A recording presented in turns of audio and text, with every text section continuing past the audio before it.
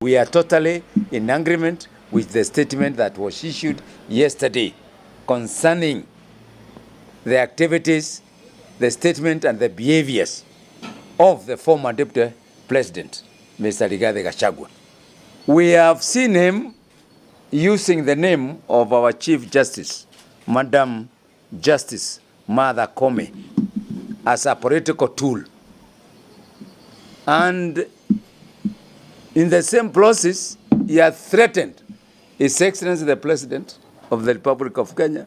If Martha Koome is sacked, he is going to lead a demonstration in Meru. We don't need Gachagua to play our politics in Meru.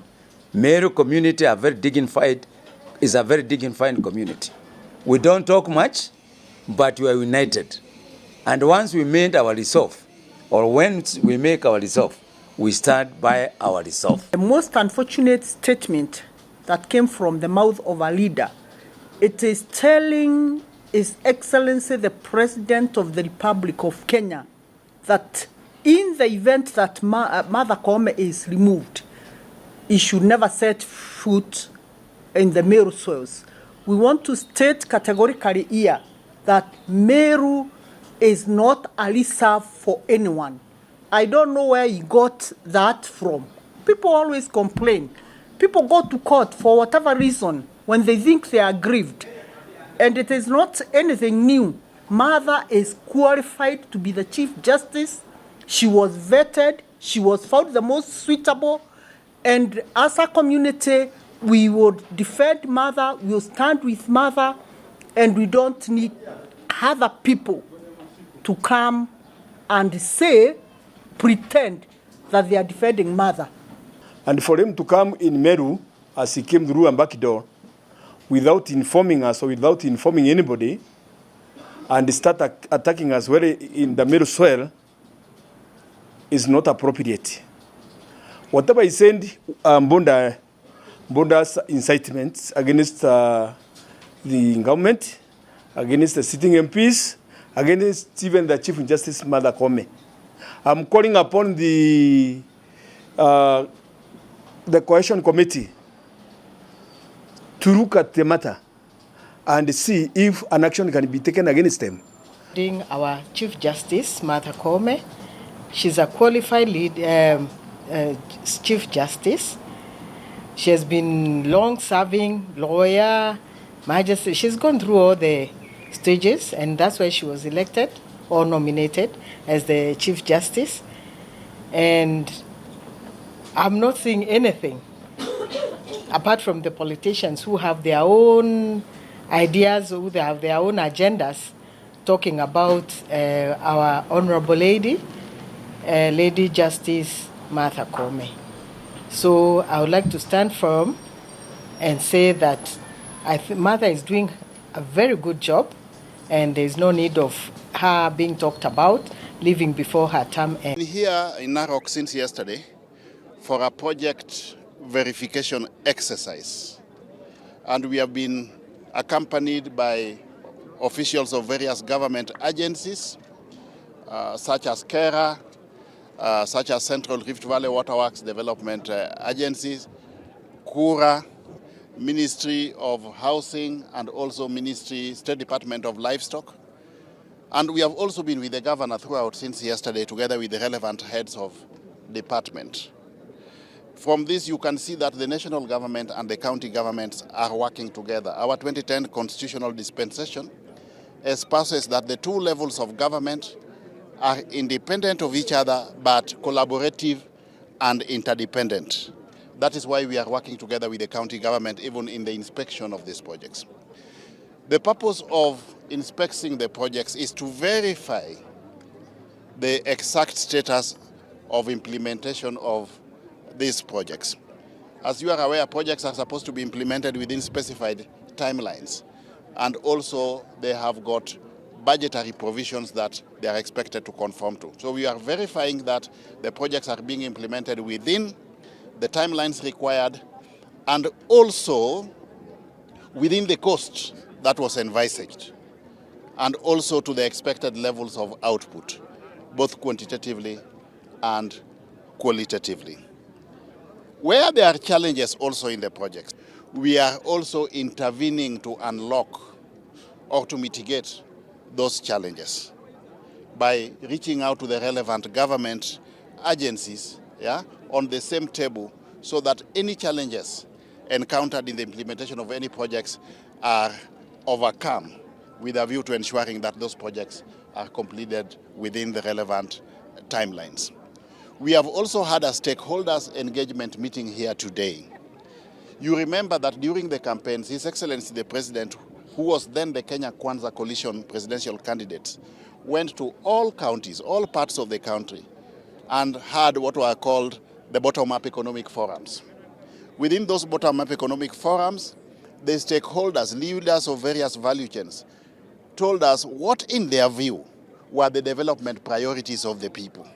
This is what, in turn, was collated, synthesized, and collated to inform our bottom-up economic transformation agenda, the Better Plan. We also had specific county charters, which the President signed with the people. Those charters, again, articulated the development priorities of each and every county. So we are coming back here, not just to verify the projects, but also to give back our report card, our scorecard, to the various stakeholders whom we met during the campaign, so that we tell them what we promised and what we have achieved so far and what is the way forward, by way of feedback, okay? Because we will be evaluated on the basis of the scorecard of the government. So we are coming back to the people to explain to them what we have done. Specifically with respect to Narok County, yesterday we started with the Wamunyoro tannery. This is a project in which the national government has put in 1.1 billion shillings to enhance the capacity and also value proposition to that facility. You are aware that this county is rich in hides and skins. But as opposed to exporting hides and skins at throwaway prices, we want to ensure that the Wamunyoro tanning facility attains optimal capacity utilization level so that we are able to process the hides and skins here and also eventually even turn the output into shoes, manufacturing of shoes within the county itself. We have in the past exported hides and skins to external countries at a throwaway price. Imagine one hide or one skin of a cow being bought at about 100 shillings, for example. You export it, it is processed, and then the manufacturer uses that to make, on average, 10 pairs of shoes. Then eventually they come back here and sell the 10 pair Bali shoes to us at between 15 and 20,000. That cannot continue. Yeah? We must take advantage of the comparative advantage of this county so that we leverage on the raw material potential and the labor that we have within Narok County so that we are able to do everything in-house and let that money revolve here. And by the way, for your information, the leather industry is one of the new frontiers which the government has identified by way of enhancing our foreign exchange reserves or enhancing domestic revenues. The next project we visited is the Kilgoris Longarian Road. Here again, the government is putting in 1.5 billion shillings. That road is about 90% complete. We only have a small stretch of 2 to 3 kilometers connectivity to the town center, which is remaining. And within the next couple of months, that road should be done, and that's it. And that road will now facilitate faster connectivity between Kilgoris town and Longarian. We also visited the Kilgoris Longarian water supply and sanitation project. The government has put in there 598.8 million shillings. This will facilitate last mile water connectivity and also proper sewerage or sanitation facilities to the population. It is envisaged that that project should be able to take care of 1,600 households by way of water connectivity and also provision of sanitation or sewerage facilities. Eventually, yesterday we visited the Kilgoris Hospital. The government has put in 300 million shillings for an oxygen facility there.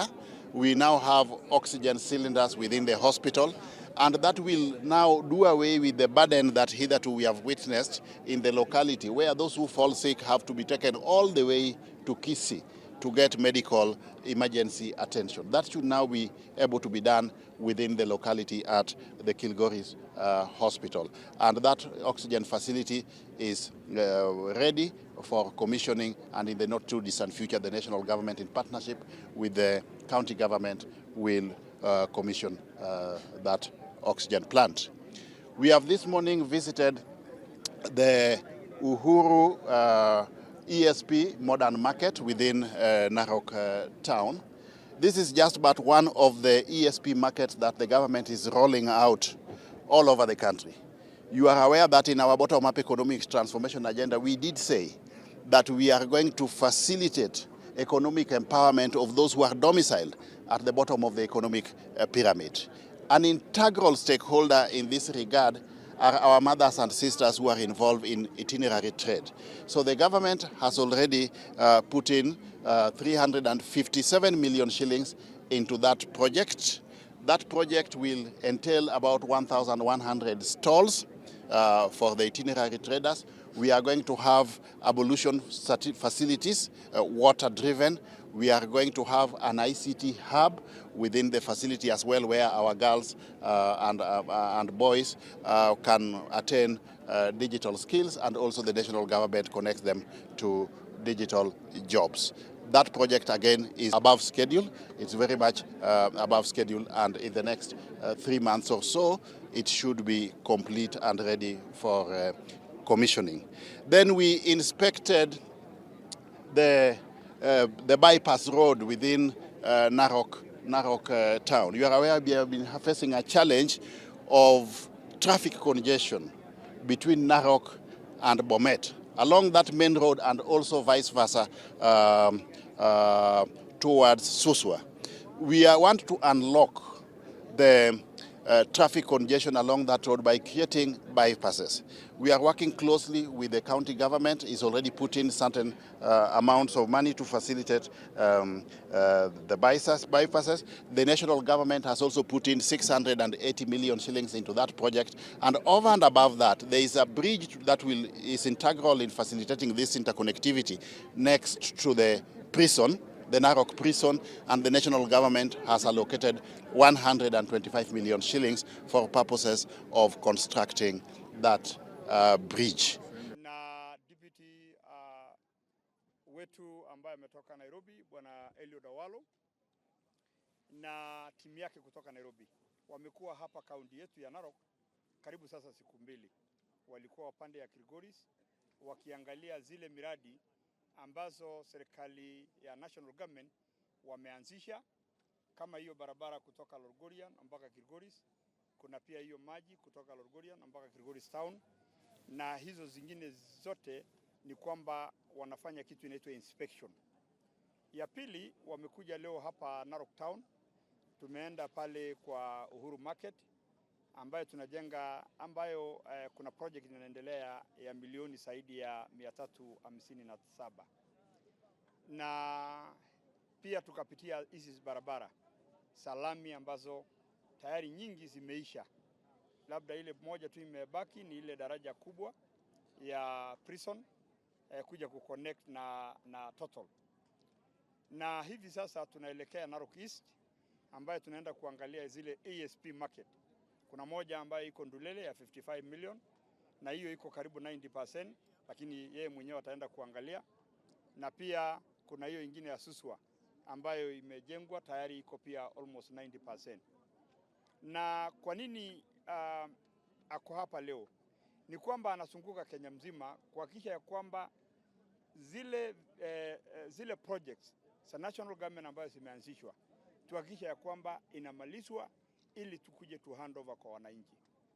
Na pia tukumbuke ya kwamba kila county kuna zile priorities areas ama zile priority areas ambayo wamepeana kwa serikali yetu kuu, ya kwamba tungependa hii na hii ifanyike.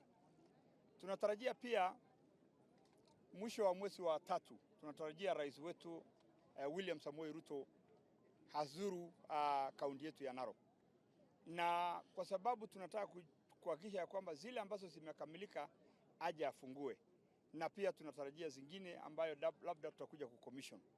So kwa sababu Eliud Owalo ako hapa, atatuelezea yale ambayo ameona na pia ile mpangilio ambayo wako naye kuhakikisha ya kwamba hatuna white projects hapa, kwa sababu hiyo ndio wananchi wamekuwa wakizungumzia.